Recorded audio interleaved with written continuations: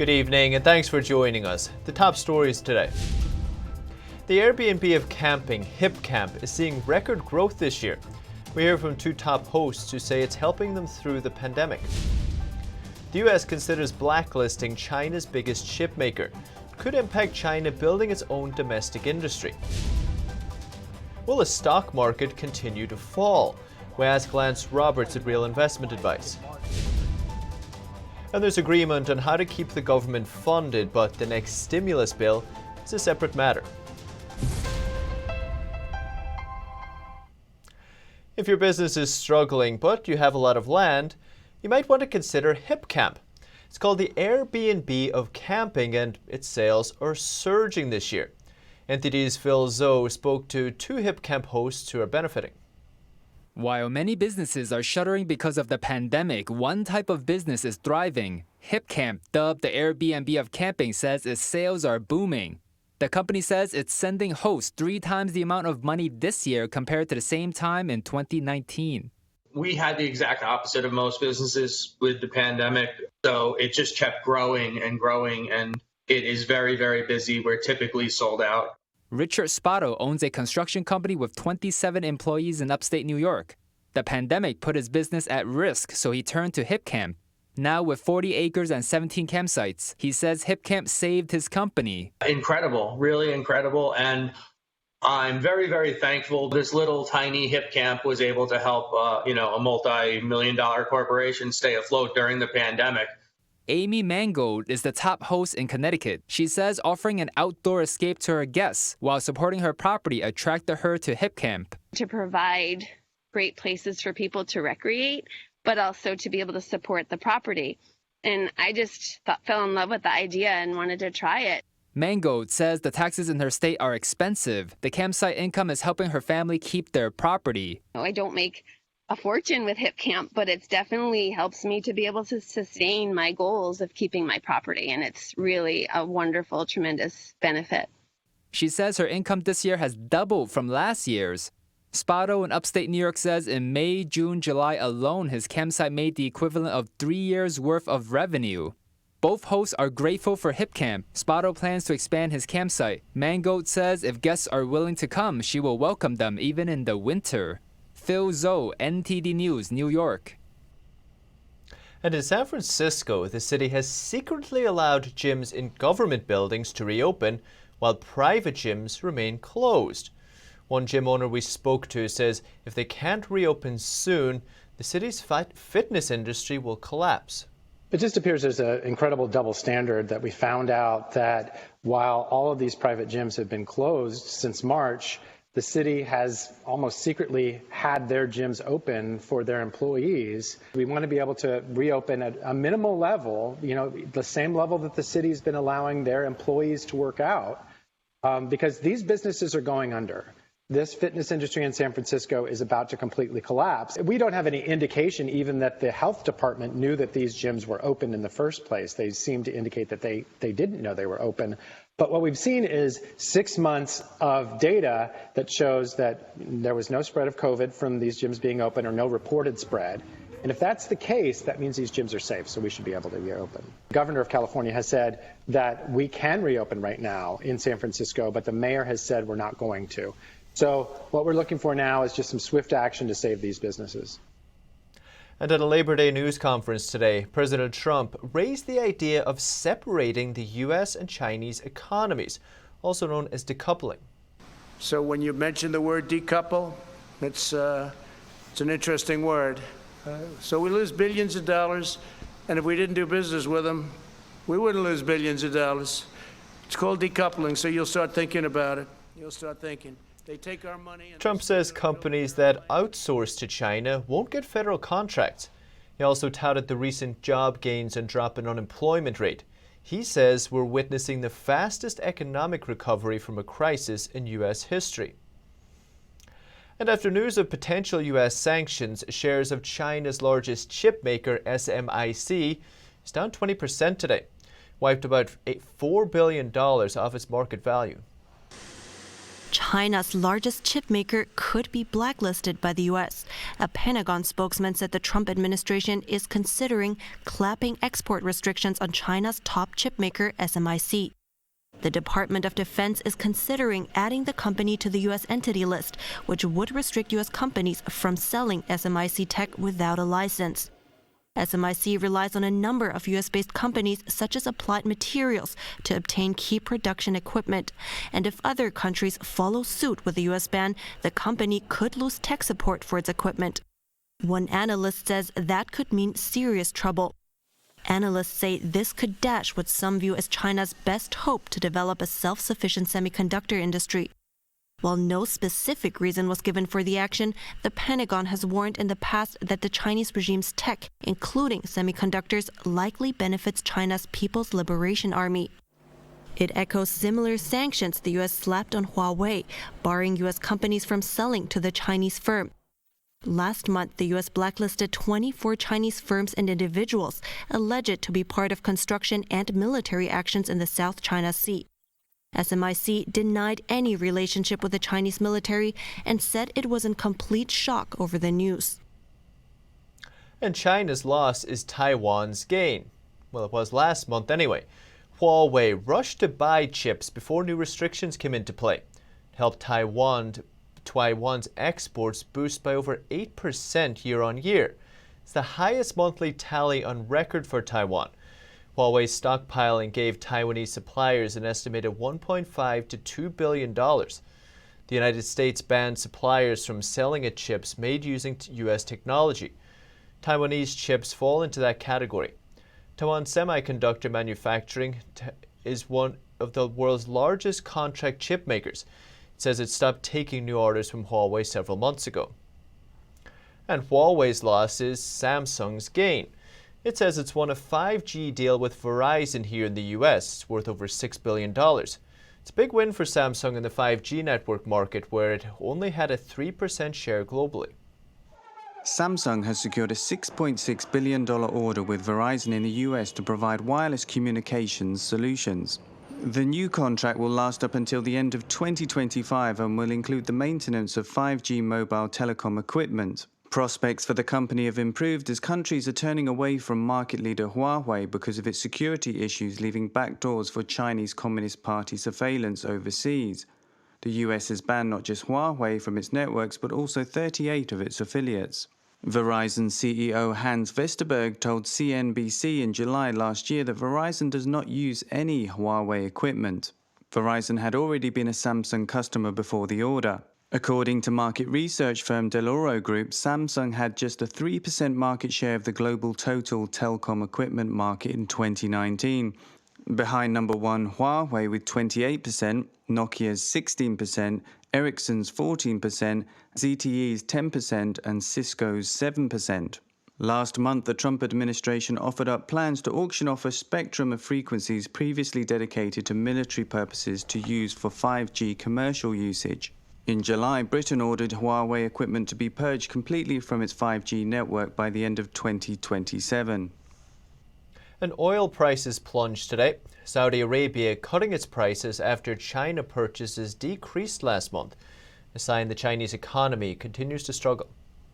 The price of oil plunged by over 1.5% during the day Monday, and gasoline futures dipped below 1%. Saudi Arabia slashed prices of Asian crude supply, and lackluster economic recovery in China continues to cloud expectations for a pickup in demand. Saudi Arabia is the world's top oil exporter. It cut its official October selling price for the Arab light crude it sells to Asia by the biggest amount since May. Analysts said markets see the price dip as a sign that the oil demand rebound may be stalling amid broader economic uncertainty in China and India, the world's biggest oil consumers after the United States. Following a buying spree, China slowed its oil imports in August. Recent data shows its economy is still struggling to bounce back because of virus concerns. China's retail sales slipped in July, and the factory sector's recovery remains sluggish. American companies are putting more pressure on oil prices. They've increased drilling activity following a rally in oil prices after U.S. crude fell to around $12 a barrel and Brent crude dropped to around $19 a barrel in April. Russia, meanwhile, is helping Syria restore around 40 energy facilities in the country, including offshore oil fields. The move raises the prospect of another boost to the world's oil supply glut and more pressure on prices. And at the end of last week, we started to see US markets fall or correct themselves after incredible rallies this year. I asked Lance Roberts, chief strategist at Real Investment Advice, if he thinks the correction will continue. You know, a couple of things here. One, the markets had gotten extremely ahead of themselves over the last couple of weeks, and you and I have been talking about this, and a correction at this point was inevitable. And a lot of this was really driven by a lot of the options market, because that provides a lot of leverage to the markets, and that was increasing the price of the market very rapidly. We had a very sharp increase in prices. Markets very much work like a rubber band. They get too far in one direction, they're going to contract, and we saw that last week. The question now is are we through with that correction yet? And the answer is, unfortunately, is I don't know just yet. On a short term, we could very likely see a bounce. And this is because momentum is a very difficult thing to kill. People that feel like they missed the rally over the last couple of weeks, this is their opportunity to get in. So we may see a little dip buying over the course of the next few days, but my suspicion is that we've still got some more corrective work to do over the next couple of months. Markets on a longer term basis are still grossly overvalued, grossly extended to levels really that we have not seen since 1999. So short term, I think there's a bounce. Longer term, I think we have more work to do.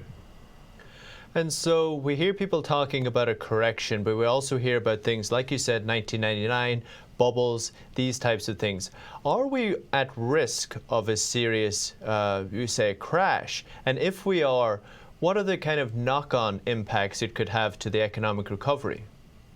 Well, first of all, the market is not the economy, but the economy is a reflection of what's happening in the stock market, because that's where all the earnings come from for companies, et cetera. It should be, technically, yes, because that's where earnings come from, right? What we spend in the economy. So let's break your question down into three parts there. First is, are we at risk of a crash? Yes, we're at risk of a crash because valuations are very excessive at this point, trading at 31 times trailing earnings. We're even trading at kind of ridiculous levels on forward earnings as well. So that risk is there. What causes it, though, is something that is an exogenous event. In March, it was shutting down the economy.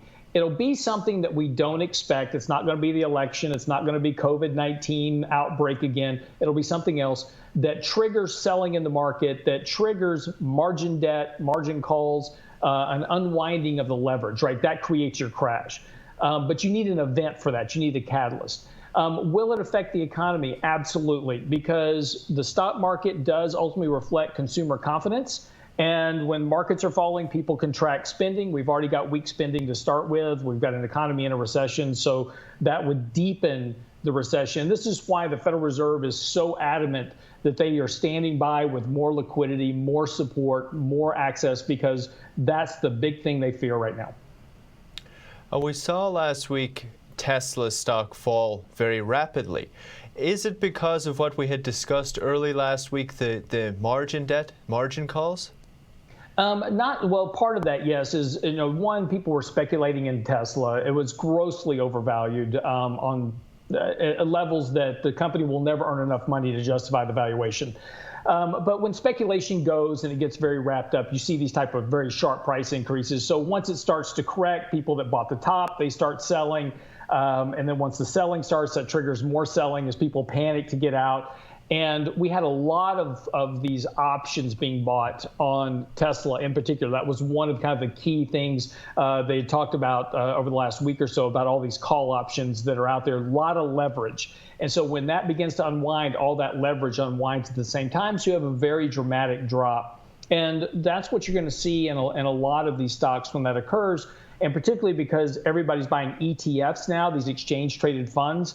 When they start selling ETFs, that requires selling of the underlying stocks, and so it kind of all multiplies. And that's why like in March, we had a very sharp contraction. The next correction that we have will be very sharp as well. All different types of gasoline, Lance. I really Exactly. appreciate the time, and hope you have a great Labor Day. Enjoy the rest of it, Lance. Take care. Talk soon. Thank you. Bye. And Democrats in the White House have reached an agreement to keep the government funded, But the next virus relief package will need to be negotiated separately. Treasury Secretary Steven Mnuchin said the White House and top Democrats have agreed to a continuing resolution to keep the government funded at the end of this month. He stressed that it will not be tied to a pandemic relief package. Mnuchin told reporters that the White House were going to move forward with a clean, continuing resolution, hopefully through the beginning of December. Mnuchin said Sunday that House Speaker Nancy Pelosi agreed to the resolution. The government funding bill would keep U.S. agencies operating. Mnuchin said he hopes to begin work on that by the end of this week. Talks on the next stimulus bill broke down in early August.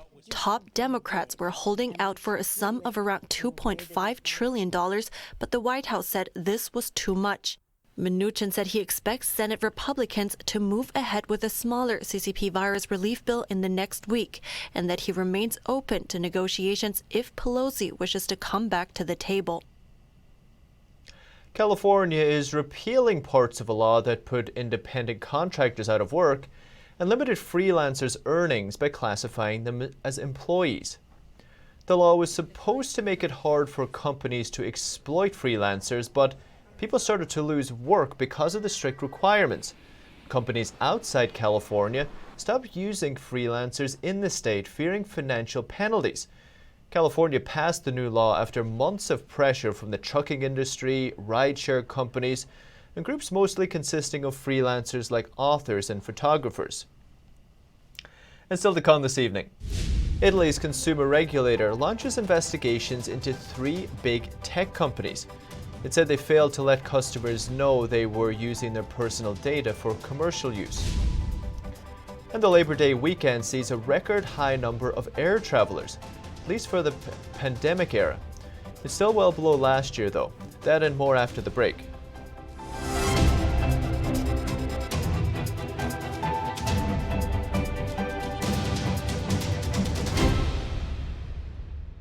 Some people say dress your age. That's ridiculous. Age is just an illusion. How you show up for the world, that's what's real. What's your idea? I put it out there with the GoDaddy website. He ascended to the throne during the most turbulent times in the Joseon dynasty. Despite that, he treated his people well, had great ambitions, and led the country towards a new renaissance. That eventually earned him the title as one of the wisest kings in Korean history.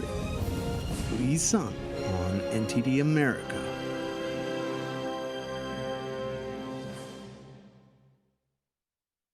Are you looking for a news source that does not spin the truth, doesn't push any false narratives, and instead presents you with the facts and lets you make up your own mind?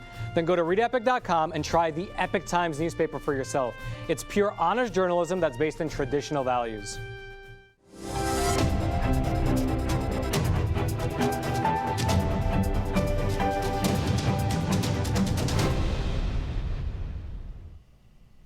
Italy has launched investigations into Dropbox, Google, and Apple over consumer protection concerns.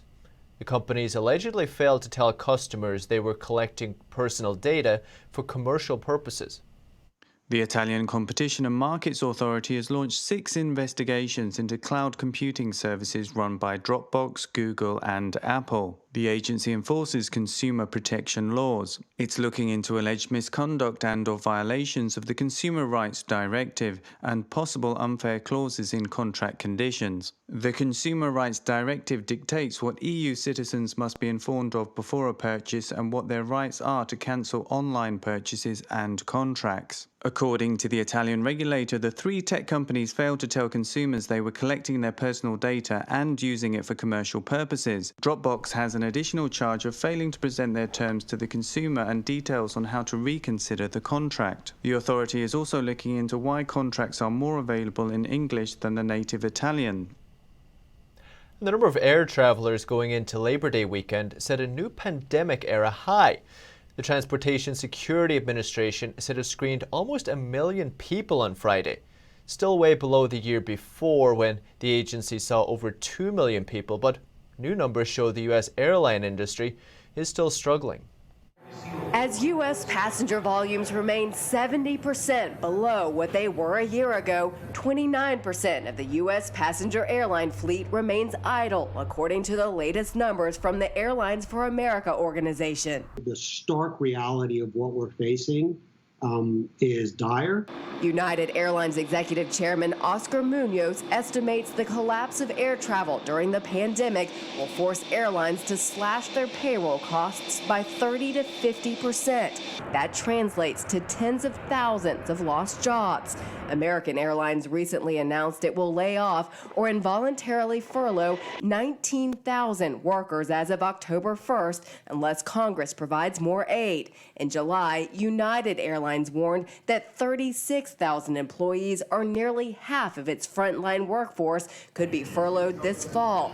To try to lure customers, United, American Airlines, and Delta all announced there would no longer be change fees. Still, Airlines for America doesn't expect to see last year's passenger volumes return before 2023. The organization says revenues will take even longer to recover. Munoz remains hopeful. But at this point in time, I think many of the majors have gotten enough liquidity that we can withstand for a period of time, certainly through next year. For today's Consumer Watch, I'm Mandy Gaither. And Dunkin' Donuts is the next to pilot a checkout-free experience for its customers. It'll happen at a store in California in October. Dunkin' plans to test the automated self-service platform called Shop Anywhere in conjunction with MasterCard. The customer experience features no interaction in a store and no need to scan anything before leaving. It only requires an opt-in to the automated platform via the Dunkin' app or kiosk. A handful of other retailers will also run this Shop Anywhere platform beginning next month. And T-Mobile is offering free internet to millions of students who might not otherwise be connected. The program is called Project 10 Million and it's a partnership with schools.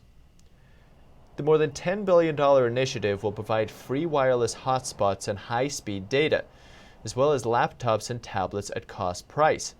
T-Mobile says about 50 million students are learning from home now. It says the idea is to make sure technology gaps don't cause achievement gaps. And still to come, the world's largest fish market has been hit hard by the pandemic. Find out how wholesalers and restaurant owners are finding ways to stay in business after the break.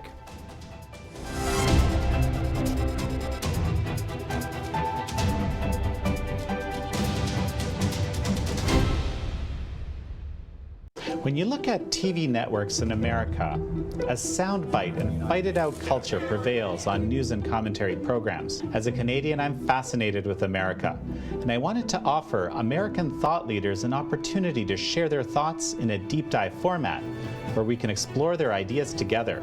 And so American Thought Leaders was born. The world's most brilliant thinkers believed that open discourse was the key to greatness. However, all around the world, we see that discourse is being stifled and political agendas have subverted media. The Epoch Times launched its Global Thought Leaders program to bring back this great tradition of free thought. As the host of American Thought Leaders, every week I interview some of the most intriguing minds on the most pressing issues of our time. Be sure to check out our new episodes every week.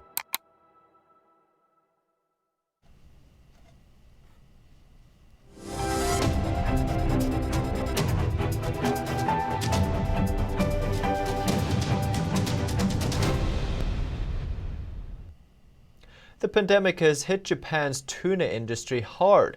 It's pressuring tuna wholesalers there to adapt to the drop in orders. Demand for fresh fish, especially bluefin tuna, the king of sushi, has declined after the health crisis decimated orders for large events. Sales slumped 90% in April and May during the state of emergency, to a point where it had no work. In normal times, events like shareholders' meetings and wedding banquets can come in with orders of 60 to 80 pounds at a time. That's much larger than a 10 to 20 pound order from a bar or sushi restaurant. After Japan ended its state of emergency in late May, the shops where Amano works have seen a modest rebound in demand from restaurants. But orders are still suffering from the lack of events and a slowdown at upscale dining bars. We need people to eat tuna. Otherwise, my business, tuna businesses in Toyosu, and tuna fishermen cannot survive. Yasuyuki owns a dining bar in an upscale Tokyo business district. In July, he started selling boxes of frozen tuna online to offset the customer slump. So far, he's gotten about 200 online orders, each just over $50 for less than a pound of tuna. He plans to start selling boxes with more expensive fatty tuna later this month. In 2018, global imports of tuna were nearly $16 billion, and Japan was the biggest tuna importer that year. But the pandemic had hit the industry hard. Japan's tuna imports fell 18% in the first 6 months this year from a year earlier. That's the latest business updates for today. Thanks for tuning in. Enjoy the rest of the long weekend. We'll see you tomorrow.